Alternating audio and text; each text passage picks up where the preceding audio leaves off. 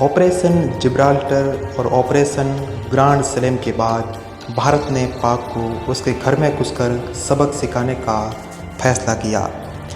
फैसले के तहत भारतीय सेना ने 6 सितंबर 1965 की सुबह पाकिस्तान की सीमा में घुसकर दुश्मन सेना को अंजाम तक पहुंचाना शुरू कर दिया। 6 सितंबर 1965 को शुरू हुए इस युद्ध के पहले दिन भारतीय सेना के 7 महावीरों ने इतिहास लिख दिया।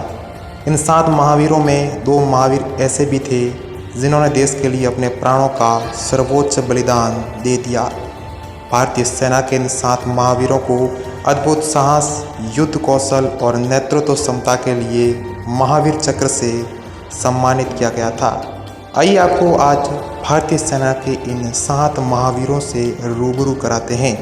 मेजर जनरल गुरबख्श सिंह 1965 के भारत पाकिस्तान युद्ध के दौरान major general Gurbakhsh Singh mountain division के जनरल कमांडिंग ऑफिसर थे। उन्हें खेमकरण सेक्टर में पाकिस्तान के खिलाफ ऑपरेशन की जिम्मेदारी दी गई थी। ऑपरेशन के दौरान मेजर जनरल सिंह का सामना पाकिस्तान के 3 आर्मर्ड ग्रुप और पूरी इन्फेंट्री डिवीजन से था। दुश्मन सेना से संख्या बल में कम होने के बावजूद मेजर जनरल सिंह अपने लक्ष्यों पर कब्जा करने में कामयाब रहे। मेजर जनरल गुरबख्श सिंह की यह नेतृत्व क्षमता थी। उन्होंने न केवल डेड टैंक रेजिमेंट को नेस्तनाबूद कर दिया बल्कि बाकी बसे दुश्मन सैनिकों को आत्मसमर्पण के लिए मजबूर कर दिया। अनुकरणीय नेतृत्व और अदम्य साहस के लिए मेजर जनरल गुरबख्श सिंह को महावीर चक्र से सम्मानित किया गया। Major general Rajendra Singh armoured division के commanding officer major general Rajendra Singh को सियालकोट सेक्टर के फिलोरा और पगीवाल पर कब्जा करने का काम सौंपा गया।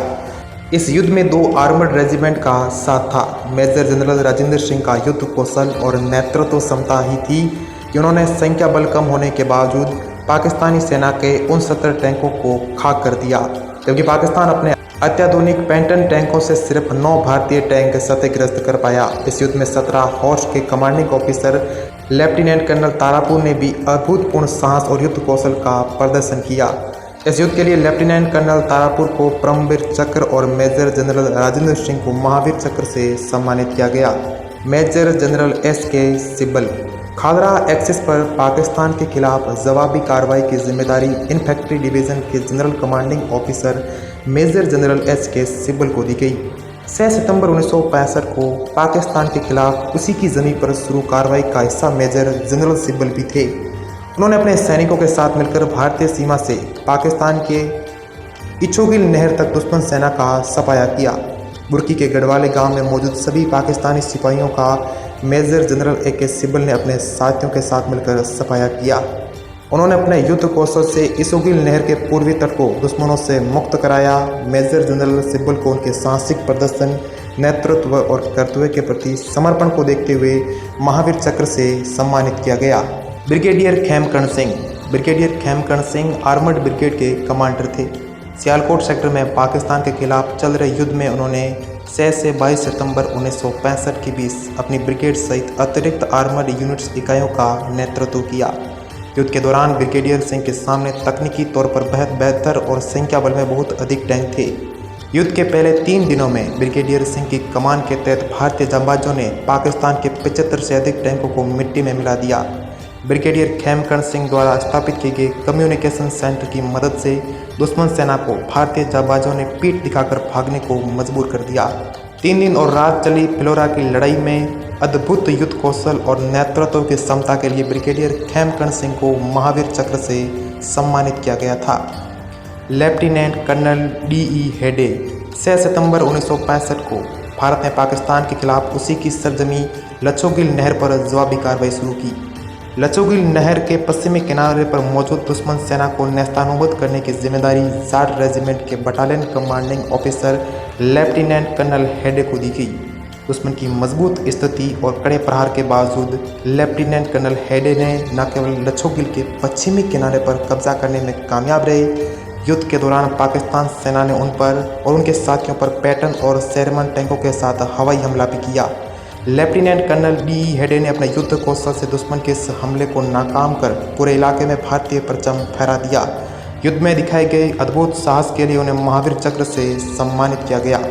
Lieutenant colonel NN Khanna Jammu और कश्मीर में एलओसी के पार बनी राजा पिकेट दुश्मन के मजबूत गढ़ की तरह था। 6 सितंबर 1965 को 2 सिख रेजिमेंट के commanding officer lieutenant colonel Khanna को 3 कंपनी के साथ पिकेट पर कब्जे की जिम्मेदारी दी गई। कार्रवाई के दौरान सुरक्षित गढ़ में बैठी दुश्मन सेना ने स्वचालित हथियारों, मीडियम मशीन गनों और ब्राउनिंग्स से फायरिंग शुरू कर दी। इस फायरिंग और लेफ्टिनेंट कर्नल खन्ना की 2 कंपनियों को भारी नुकसान हुआ। लेफ्टिनेंट कर्नल खन्ना का एक हाथ पे ग्रेनेड फटने से जख्मी हो गया। इसके बावजूद वे अपने जवानों के साथ राजा पिकेट पर भारतीय तिरंगा फहराने में कामयाब रहे। युद्धोपरांत महावीर चक्र से सम्मानित लेफ्टिनेंट कर्नल NN खन्ना ने इस युद्ध में अपने प्राणों का सर्वोच्च बलिदान दे दिया था। सूबेदार अजित सिंह। पाकिस्तान को सबक सिखाने के लिए भारतीय सेना ने पाकिस्तान के बुर्की इलाके पर 6 सितंबर 1965 को हमला किया। बुर्की के करीब पहुंचने पर मजबूत स्थिति पर मौजूद पाकिस्तानी सेना ने भारतीय सेना पर मशीन गन से फायरिंग शुरू कर दी। दुश्मन के इस हमले की वजह से भारतीय सेना आगे नहीं बढ़ पा रही थी। आखिर में इस मशीन गन को खत्म करने की जिम्मेदारी सूबेदार अजित सिंह को दी गई। सूबेदार अजित सिंह अपनी जान की परवाह किए बगैर दुश्मन के बंकर तक पहुंचे और मशीन गन की नाल पकड़कर खींच ली। इस दौरान मशीन गन से निकला बस्ट फायर सूबेदार अजित सिंह की छाती फेरता हुआ निकल गया। इस युद्ध में सूबेदार अजित सिंह ने देश के लिए अपने प्राणों का सर्वोच्च बलिदान दे दिया। उन्हें मरणोपरांत महावीर चक्र से सम्मानित किया गया था। तो दोस्तों, ये थे भारत पाक 1965 युद्ध के 7 महावीर महायोद्धा जिन्होंने अपने देश के लिए अपना सर्वोच्च बलिदान कर दिया था। तो दोस्तों, अभी के लिए इतना ही। अगर आपको जानकारी अच्छी लगी हो तो हमारी वीडियो को लाइक करें, इस चैनल को सब्सक्राइब करें और कमेंट करें कि आपको ये जानकारी कैसी लगी।